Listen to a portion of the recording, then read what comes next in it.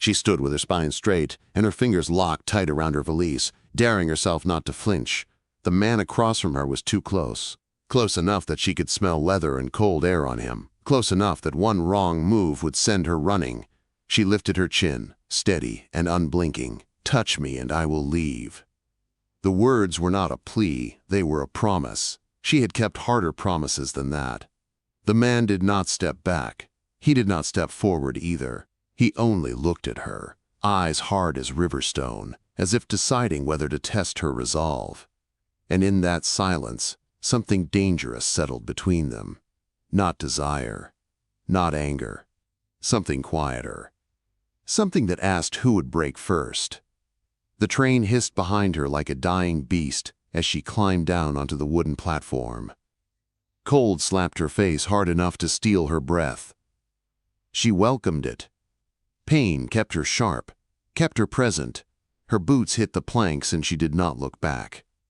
There was nothing behind her worth seeing again. The station was little more than warped boards and wind-worn posts. A handful of people lingered, none of them smiling. They watched her the way people watched trouble. She had learned that look well. She adjusted her faded gray coat and tightened her grip on the single battered valise she owned. He stood apart from the others. Tall, still, built like the mountains rising beyond the town. His hat shadowed his face, but his eyes caught the light. Gray. Cold. Measuring. He did not tip his hat or offer a hand. He waited. When she stopped in front of him, he spoke her name like a fact. Mrs. Hale. She swallowed once. Miss Hale. Or Mara. Either one. Something flickered in his eyes. Surprise, maybe. He nodded once, as if filing it away. Then he turned without another word and started toward a wagon hitched to 2 mules. She followed. The wagon ride was silent. No questions about her journey, no polite talk. She appreciated that more than she would ever say. The bench was narrow, but he kept his distance like it mattered. Like it was deliberate. She noticed everything. Distance had saved her life before. The land stretched wide and empty as they left the town behind. Sage gave way to pine. The sky was too big, too blue, and it made her chest feel tight. This place would either break her or bury her. She was not sure which yet. After a long while, she spoke. "How far?" 8 miles. Maybe less. "Our place," he added, then went quiet again. The words sat heavy in her stomach. Our. She had belonged to a man once. She would not do it again. Not without rules. Not without teeth. When the cabin finally came into view, her heart sank and steadied all at once. Small, solid, isolated. Smoke curled from the chimney. A barn stood off to one side. Horses shifted behind a rough fence. No neighbors, no witnesses. "It is warm and dry," he said. "Water from the creek," she nodded. "It will do." Inside, the cabin was plain and clean. A fire burned low, a table, 2 chairs, a narrow doorway leading to a back room.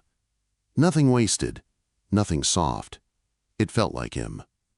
They stood facing each other as the daylight faded. The fire popped once. The sound echoed too loud. She set her valise down and removed her gloves with slow care. "I should say this now." His attention sharpened. He waited.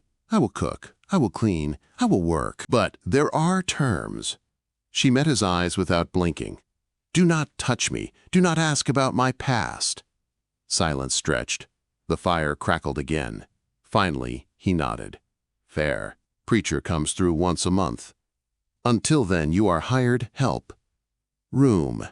And board." Relief hit her so hard her knees nearly gave. "Agreed." He showed her the back room and stepped away without looking back. That mattered. It mattered more than she wanted to admit. That night, she lay stiff beneath quilts that smelled of soap and cedar. Every sound set her nerves humming. When the door bolted and his footsteps crossed the floor, her hand slid under the pillow and wrapped around the knife. 7 inches of steel. familiar, honest. Sleep did not come. 3 weeks later, the storm did. Snow erased the world overnight. Wind howled like it had teeth. The cabin groaned under the weight of it. By morning, they were trapped. Just the two of them. Heat, silence, time. They moved around each other carefully, a dance of distance. She cooked. He ate. Words were few. Safe. On the third day, her body betrayed her. She woke shaking so hard she could not sit up. Cold burned her bones. The room spun. She tried to stand and failed. "Stay down," he said, already there. She tried to argue. Could not find the air. "I am carrying you," he said. No other way. Panic flared sharp and bright. She wanted to fight him. Could not. He lifted her with care, quilts and all, and set her near the fire. He stepped back at once. The fever came hard. It dragged her under. Old rooms, old hands, old fear. She gasped awake again and again, always to the same low voice pulling her back. "You are safe. Breathe. Slow now." He stayed. All night. He talked about nothing. Horses. Weather. Creek levels. His voice anchored her when her mind tried to run. At some point, tears broke free. Real ones. Ugly ones. She sobbed until it hurt. "Touch me and I will leave," she whispered, clinging to the last rule she knew. There was a pause. Then, soft as snow settling. Then, go. But not tonight. The fever broke with the dawn. She woke to gray light and the sound of him moving carefully, like he was afraid she might shatter. He looked wrecked, unshaven, exhausted. "You stayed," she said. Said I would. When he turned away to make breakfast, she understood something that scared her more than the storm ever had. This man had kept watch when he could have walked away, and if she let herself feel that too deeply, there would be no running left to do. Recovery came in slow inches, not leaps. Mara learned the measure of the days by the fire's warmth and the ache in her bones easing a little at a time. The fever left her weak but clear, like a storm that had burned itself out and left the ground raw beneath it. He did not hover. He did not retreat either. He adjusted. That was his way. He cooked without comment, stew that filled the room with the smell of onions and salt. Bread warmed near the hearth. When she tried to rise too fast, the room tipped and he was there, steadying her elbow without pulling her close. Through cloth. Through space. Always careful. "You're thin," he said once, not unkind. "You'll eat more when you're able." She bristled, then nodded. Pride had almost killed her before. She would not let it do so again. The storm trapped them for days. Wind pressed against the cabin like a living thing. Snow climbed the windows. The world beyond the door ceased to exist. In that narrow space, time stretched and folded back on itself. Silence grew heavy, then lighter, then heavy again. On the second afternoon after the fever broke, he spoke of his past without warning. Not the whole of it, just a clean-cut piece. Her name was Ruth, he said, eyes on the fire. She died 4 winters back, trying to bring our child into the world. I was gone with the herd. Mara kept her hands busy with mending. "I'm sorry." He nodded once. "It's a quiet grief, worst kind. Makes room for too many thoughts." She understood that kind of quiet. It lived in her bones. The nights remained careful. Separate rooms, separate fears. But something had shifted. The space between them no longer felt sharp, just narrow. When the storm finally broke, it did so with a silence that rang. Sunlight spilled across untouched snow. The world looked new and merciless all at once. He took her outside on the third day, just a few steps. Fresh air. She blinked against the brightness. The land glittered. The mountains stood white and watchful. For the first time since stepping off the train, she felt the stir of something like awe. "Spring will come hard here," he said. "Fast, once it decides to." She believed him. The days settled into a rhythm as the snow began to retreat. She worked when she could. He did not stop her, but he watched.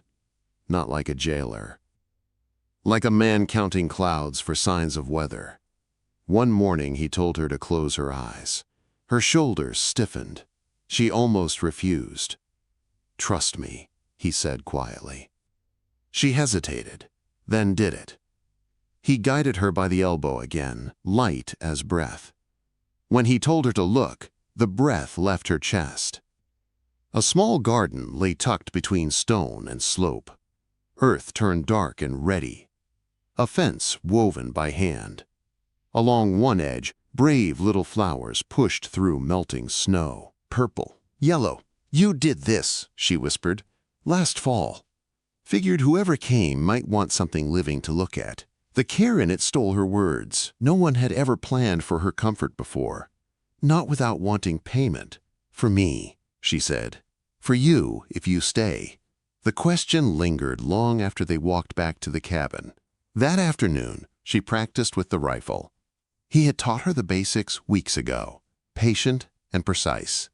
Today, her hands shook. The first shot went wide. "You're fighting it," he said from behind her. "Let it settle." She adjusted, breathed. The can jumped and fell. "Better." "Why learn this now?" he asked. "Because a woman alone must protect herself." "You're not alone." The words landed heavier than he seemed to intend. She lowered the rifle and met his gaze. He looked almost hurt. That night, tension filled the cabin like smoke. The scrape of cutlery. The pop of fire. At last, he spoke. "Have I given you reason to fear me?" She froze. "No." "Then why do you keep a blade under your pillow?" Heat rushed to her face. "Old habits." "It's more than habit, Mara. I see how you watch doors. How you plan escape. Because kindness often comes with a price." Anger flashed in his eyes, sharp and brief. "I am not the man who hurt you." "I know," she said, and hated herself for the truth that followed. Knowing and feeling are not the same. He grabbed his coat and left for the barn. The door closed hard. The quiet after was worse. She found him later, sitting with a mare heavy with foal. His hand rested gentle on the animal's neck. "Her name's Willow," he said. "She'll birth soon. Thought you might want the foal." "A horse of your own." The offer cracked something open in her chest. "Thank you." "I'm not easy," he added. "Got my own ghosts, but I'd never raise a hand to you. I'd sooner cut it off." She believed him. That scared her too. Spring came fast after that. Snow ran off in streams. The garden woke. They worked side by side, not touching, not retreating. Something unnamed grew between them. Then the stranger rode into town. Mara saw him through the general store window. The way he sat his horse made her stomach drop. Lazy, watchful, hunting. "Let's go," she said when she reached the wagon. He studied her face. "Someone you know." No, the lie tasted wrong. That night, sleep would not come. Every sound felt like pursuit. At dawn, he checked his rifle. "Stay inside," he said. "Lock the door. Only open it for me."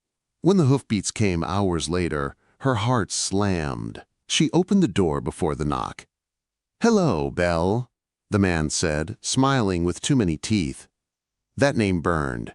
"I'm Mara now. Widowhood suits you," he drawled.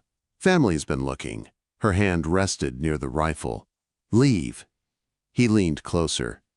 Justice has a long memory. Another set of hooves thundered in. Her husband came around the cabin like a force of nature, rifle raised. "You'll leave my land," he said. "She's family business. She's my wife." The word rang like a bell struck true. The stranger smiled. "I'll be in town a while. You can't run forever."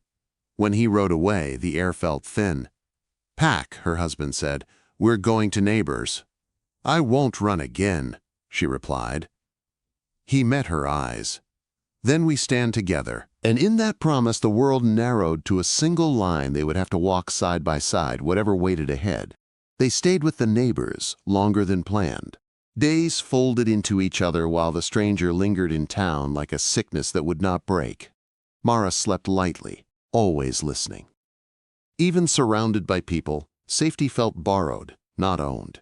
Her husband watched the road more than he spoke. He cleaned his rifle with care. Too much care. She knew that look.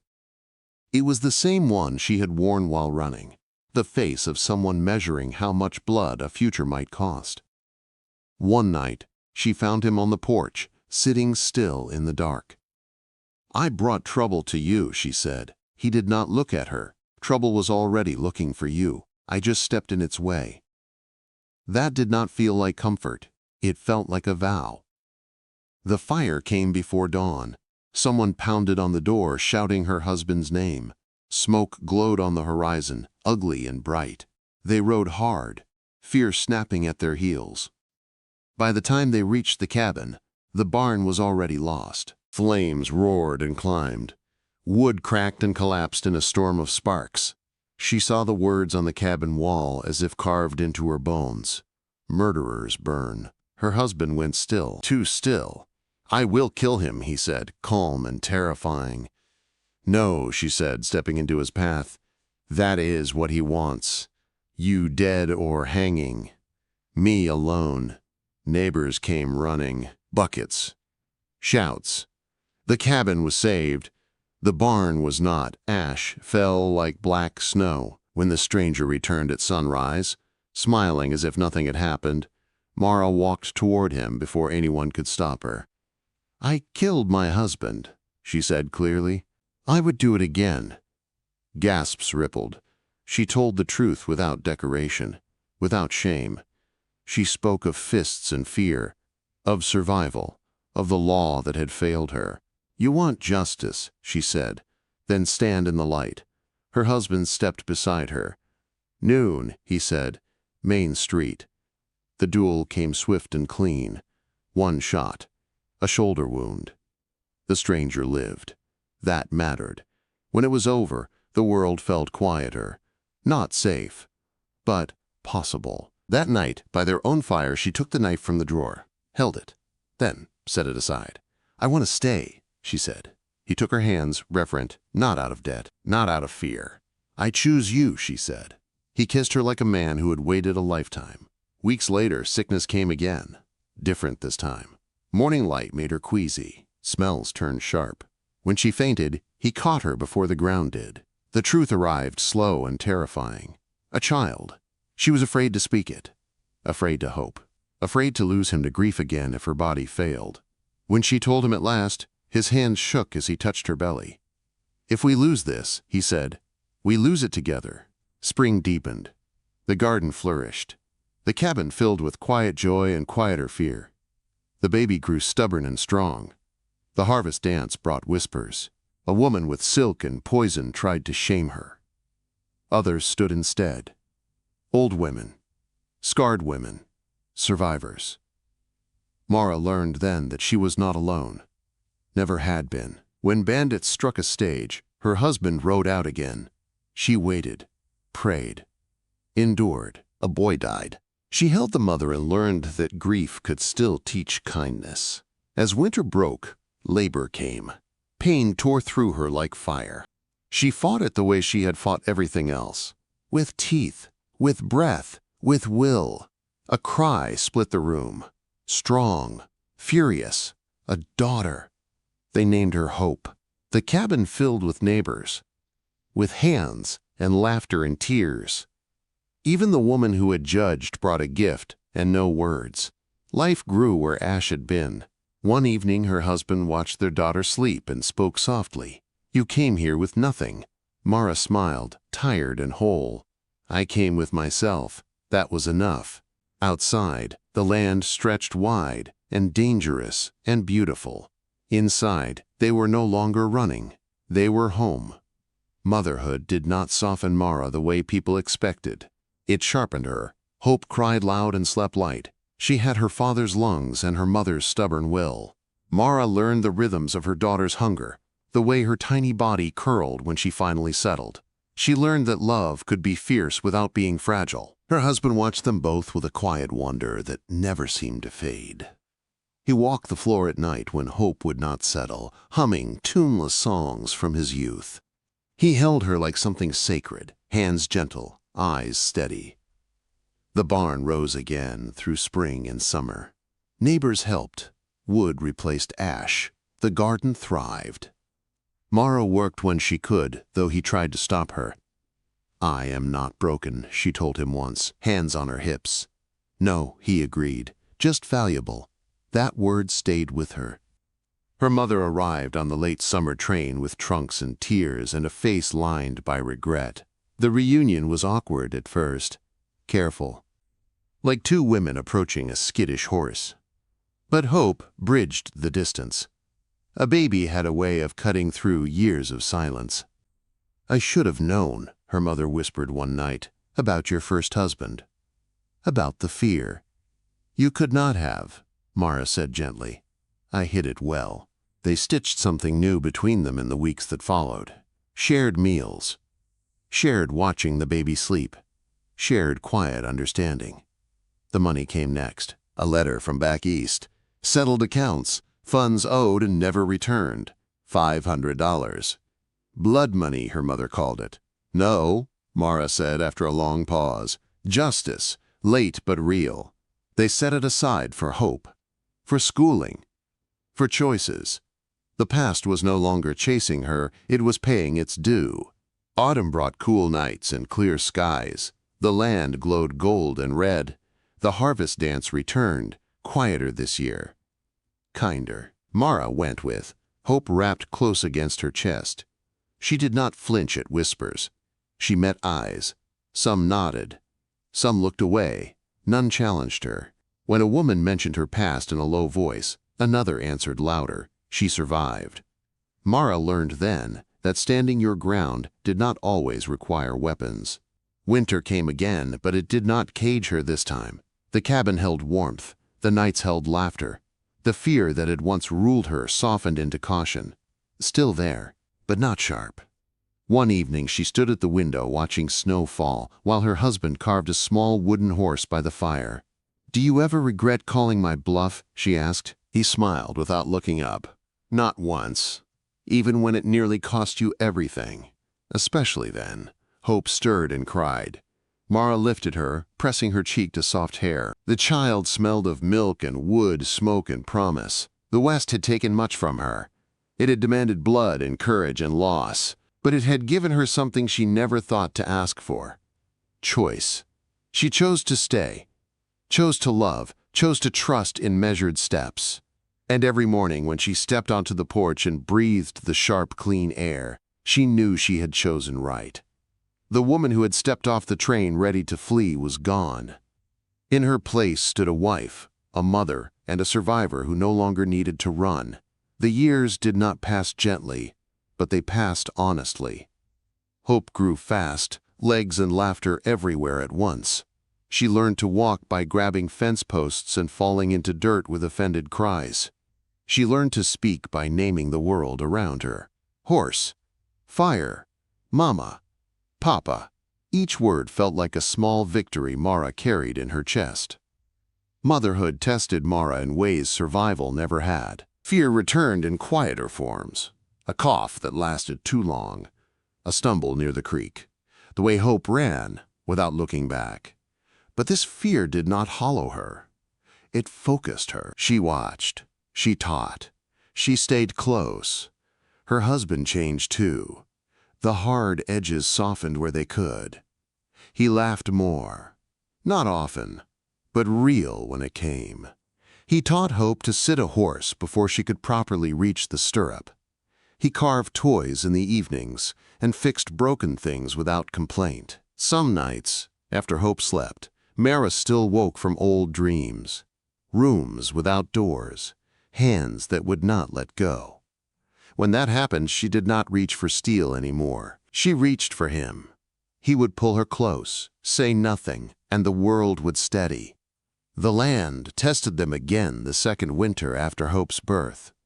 Early cold, lost cattle, a sickness that ran through the valley. They lost 2 horses and nearly lost Willow. Mara spent nights in the barn with her husband, hands raw, breath fogging, doing what had to be done. "This is living," he said once, voice rough with exhaustion. "Not the easy days, these," she nodded. She had always known that.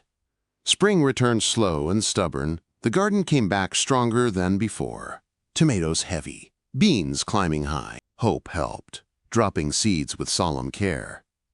"For you," she said seriously, pressing dirt down. "For later." Mara swallowed past the tightness in her throat. Yes, for later. The town changed around them. New faces, new stories. The old ones softened. People stopped whispering when she passed. They waved. They asked after Hope. One afternoon, a young woman came to the cabin.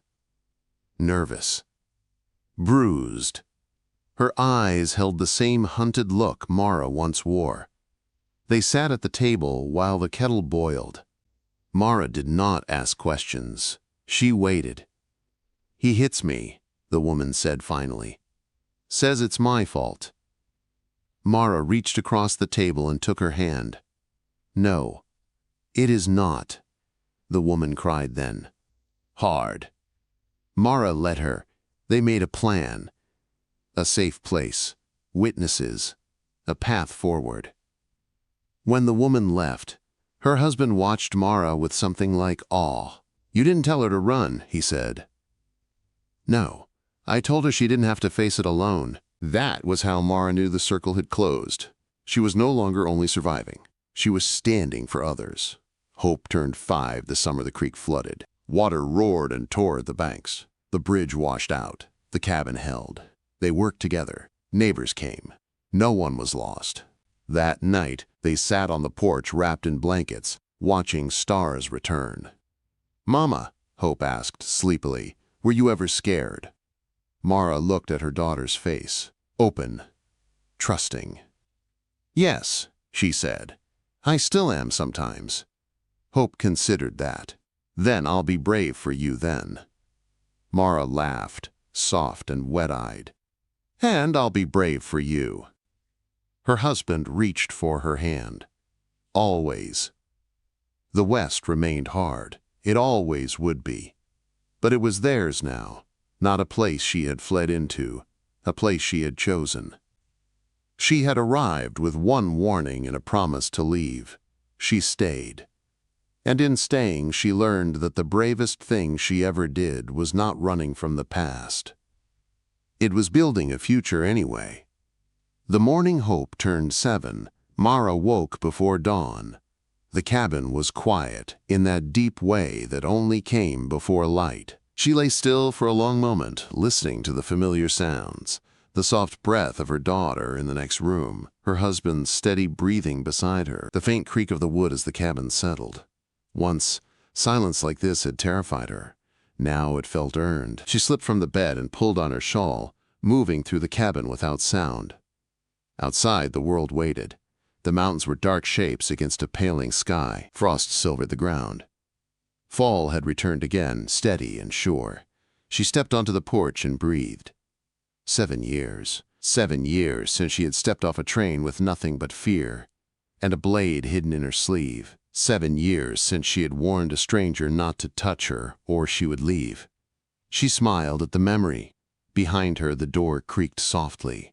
He joined her without speaking, wrapping a coat around her shoulders. Not because she asked. Because he noticed. "Cold morning," he said. "Good one," she answered. They stood together watching the sky change. Pink bled into gold. Light crept over the land they had fought to keep. Hope burst onto the porch a moment later, barefoot and wild-haired, dragging the wooden horse her father had carved years ago. "Mama, Papa, is it time yet?" "Soon," Mara said, crouching to kiss her daughter's forehead. "Go wash up. Ruth and the boys will be here before you know it." Hope ran back inside, leaving laughter in her wake. "She's growing too fast," he said quietly. Mara leaned into him. That's what they're meant to do. The day unfolded in pieces. Neighbors arrived with baskets and smiles. Ruth brought pie. Old Agnes came with sharp words and soft eyes. The yard filled with sound. With life. Hope rode Willow's grown foal for the first time without help. Mara's breath caught as the horse stepped forward. Her daughter's laugh rang clear and fearless. That night, after everyone had gone, the three of them sat by the fire. Hope curled against her father, heavy with cake and excitement. Her eyes drooped. "Mama," she murmured, "tell me again." Mara brushed dark hair from her daughter's face. "Tell you what?" "How you came here." Mara hesitated, then spoke. Simple and true. "I was running from a place that hurt me. I was afraid. I thought all I knew how to do was survive." Hope frowned sleepily. "But you stayed." "Yes," Mara said. "I stayed." "Why?" Mara looked at her husband. "At the fire. At the walls that had once felt like a cage and now felt like shelter. Because I learned that staying can be braver than leaving. And because I found people worth staying for." Hope nodded, as if that made perfect sense. She yawned. "Papa won't ever hurt you." "No," Mara said softly. "He won't." Hope fell asleep then, safe and certain. Later, when the fire burned low and the cabin settled into night, Mara lay beside her husband, staring into the dark. "Do you ever think about that first day?" she asked. "When I warned you?" He smiled into the darkness. "Every day. You could have sent me away." "I could have," he agreed. "But I saw a woman who wasn't broken, just braced." She turned toward him. "You called my bluff. Best risk I ever took." She laughed quietly, then grew still. The past no longer pressed in the way it once had. It was there. It always would be. But it no longer ruled her. She had learned something the hard way. Safety was not the absence of danger. It was the presence of someone who would stand with you when danger came. The fire crackled once. The wind moved through the trees outside. Life went on. Mara closed her eyes, not afraid of the dark. She was home. If you felt this tale in your heart, don't forget to like, share, and subscribe, where every story rides through the dust, the danger, and the kind of love that never dies. See you in the next tale, partner.